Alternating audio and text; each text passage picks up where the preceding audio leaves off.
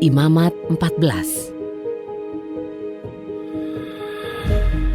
Berfirmanlah Yahwe kepada Musa dengan mengatakan, "Inilah Taurat bagi yang menderita kusta. Pada hari penahirannya, haruslah ia dibawa kepada imam, dan imam harus pergi keluar perkemahan untuk memeriksanya, dan apabila tanda penyakit kusta itu memang sudah disembuhkan dari yang menderita kusta itu, lalu haruslah imam memerintahkan supaya ia membawa 2 ekor burung yang hidup dan tahir, kayu aras, dan kain kirmizi, dan hisop untuk penahiran dirinya sendiri. Dan haruslah imam memerintahkan supaya ia menyembelih seekor burung itu di atas bejana tanah liat, di atas air yang mengalir. Ia harus mengambil burung yang masih hidup, dan kayu aras, dan kain kirmizi, dan hisop. Dan ia harus mencelupkan burung yang hidup dan semuanya itu di dalam darah burung yang sudah disembelih itu di atas air yang mengalir. Dan ia harus memercikannya ke atas orang yang menahirkan dirinya sendiri dari kusta itu sebanyak 7 kali, dan menyatakannya tahir. Ia juga harus melepaskan burung yang masih hidup itu ke atas permukaan padang. Orang yang menahirkan dirinya itu harus mencuci pakaiannya dan mencukur seluruh rambutnya dan mandi dengan air, dan ia pun tahir. Setelah itu ia harus masuk ke dalam perkemahan dan tinggal di bagian luar kemah itu selama 7 hari. Pada hari yang ke-7, haruslah ia mencukur seluruh rambut di kepalanya dan janggutnya dan alis matanya dan seluruh bulunya, lalu mencuci pakaiannya dan memandikan tubuhnya dengan air, dan ia pun tahir. Pada hari yang ke-8, haruslah ia mengambil 2 ekor anak domba jantan yang sempurna tanpa celah, dan seekor anak domba betina berumur 1 tahun yang sempurna tanpa celah, dan 3/10 bagian tepung terbaik persembahan sajian yang diolah dengan minyak, serta 1 log minyak. Dan imam yang menahirkan itu bersama-sama dengan orang yang akan menahirkan dirinya harus menempatkan diri di hadapan Yahwe di pintu kemah pertemuan. Dan imam harus mengambil seekor anak domba jantan itu dan mempersembahkannya sebagai persembahan penebus salah, dan 1 log minyak itu. Dan ia harus mengayun-ayunkannya sebagai suatu persembahan ayunan di hadapan Yahwe. Ia harus menyembelih anak domba jantan itu di tempat orang menyembelih persembahan penebus dosa dan persembahan bakaran di ruang kudus. Sebab seperti halnya persembahan penghapus dosa, persembahan penghapus salah itu adalah untuk imam. Itulah persembahan maha kudus. Dan dari darah persembahan penebus salah itu, imam harus mengambil dan mengoleskannya pada pinggiran daun telinga kanan, dan pada ibu jari tangan kanan, dan pada ibu jari kaki kanan yang menahirkan dirinya itu. Dan 1 log minyak itu haruslah imam mengambil dan menuangkannya pada telapak tangan kirinya. Dan imam harus mencelupkan jari tangan kanannya ke dalam minyak yang ada di telapak tangan kirinya. Dan dari minyak itu ia harus memercikkan dengan jarinya sebanyak 7 kali ke hadapan Yahwe. Dengan sisa minyak yang ada di telapak tangannya itu, imam harus mengolesi orang yang menahirkan dirinya itu pada pinggiran daun telinga kanan, dan pada ibu jari tangan kanan, dan pada ibu jari kaki kanan di atas darah persembahan penebus salah. Dan haruslah imam menaruh minyak yang tersisa di telapak tangannya itu ke atas kepala yang menahirkan dirinya itu. Dan imam harus mengadakan penebusan baginya di hadapan Yahwe.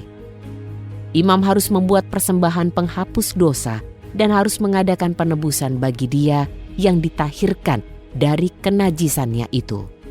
Kemudian ia harus menyembelih persembahan bakaran. Dan imam harus mempersembahkan persembahan bakaran dan persembahan sajian di atas mezbah. Lalu imam harus mengadakan penebusan baginya dan ia pun menjadi tahir. Tetapi jika ia miskin dan tidak mampu, maka ia harus membawa seekor domba persembahan penebus salah sebagai persembahan ayunan untuk mengadakan penebusan baginya. Dan 1/10 bagian tepung terbaik yang diolah dengan minyak sebagai persembahan sajian, serta 1 log minyak juga 2 ekor burung tekukur atau 2 ekor anak burung merpati bagi mereka yang mampu, dan 1 ekor menjadi persembahan penghapus dosa, dan 1 ekor lainnya persembahan bakaran. Kemudian ia harus membawa semuanya itu kepada imam pada hari ke-8 untuk penahirannya ke pintu kemah pertemuan di hadapan Yahwe. Dan imam harus mengambil domba persembahan penebus salah dan 1 log minyak itu. Dan imam harus mengayun-ayunkan semuanya itu sebagai suatu persembahan ayunan di hadapan Yahwe. Dan ia harus menyembelih 1 ekor domba persembahan penebus salah. Dan dari darah persembahan penghapus salah itu, imam harus mengambil dan mengoleskannya pada pinggiran daun telinga kanan, pada ibu jari tangan kanan, dan pada ibu jari kaki kanan orang yang menahirkan dirinya itu. Dan dari minyak itu, imam harus menuangkannya pada telapak tangan kirinya.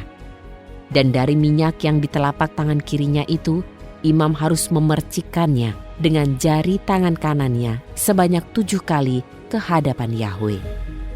Dan dari minyak yang ada di telapak tangan kirinya itu, imam harus mengoleskannya pada pinggiran daun telinga kanan, pada ibu jari tangan kanan, dan pada ibu jari kaki kanan orang yang menahirkan dirinya itu, di atas tempat darah persembahan penebus salah. Dan ia harus menaruh minyak yang tersisa di telapak tangannya itu ke atas kepala orang yang menahirkan dirinya itu untuk mengadakan penebusan baginya di hadapan Yahwe. Dan ia harus mengolah 1 ekor dari burung tekukur atau dari anak burung merpati sesuai kemampuannya. Yang 1 ekor persembahan penghapus dosa dan yang lain persembahan bakaran di samping persembahan sajian. Dan imam harus mengadakan penebusan bagi yang menahirkan dirinya di hadapan Yahwe. Inilah Taurat bagi mereka yang sakit kusta dan yang tidak cukup mampu menyediakan apa yang berkaitan dengan penahirannya.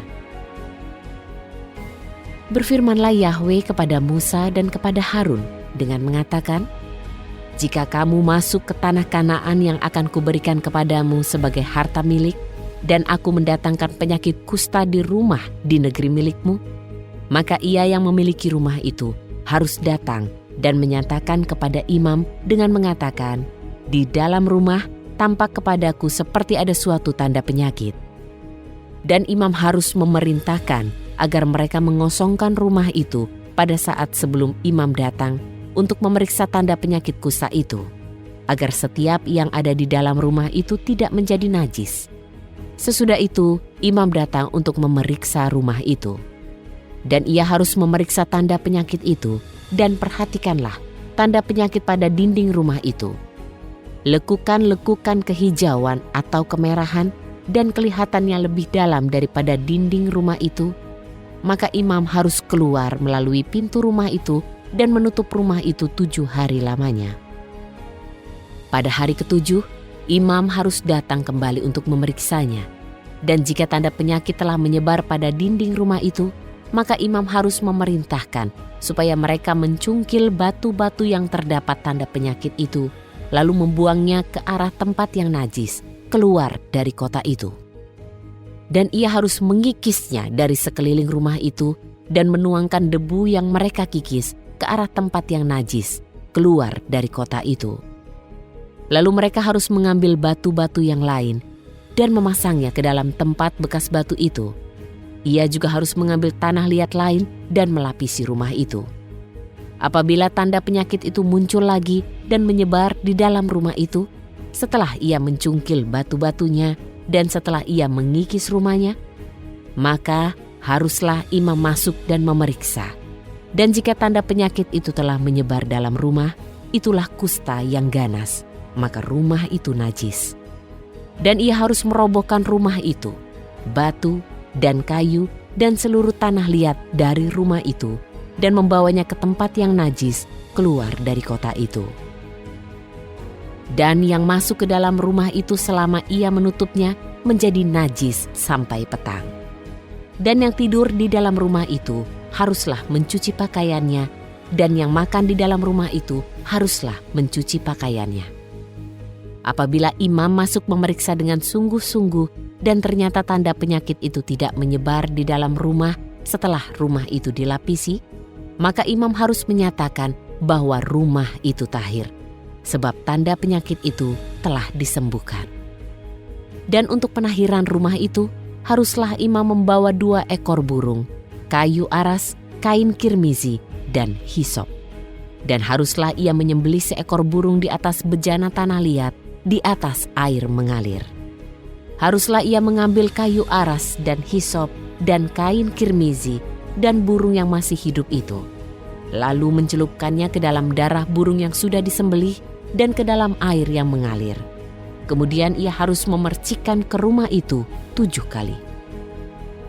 Haruslah ia menahirkan rumah itu dengan darah burung, dengan air yang mengalir, dengan burung yang masih hidup, dengan kayu aras, dengan hisop dan dengan kain kirmizi.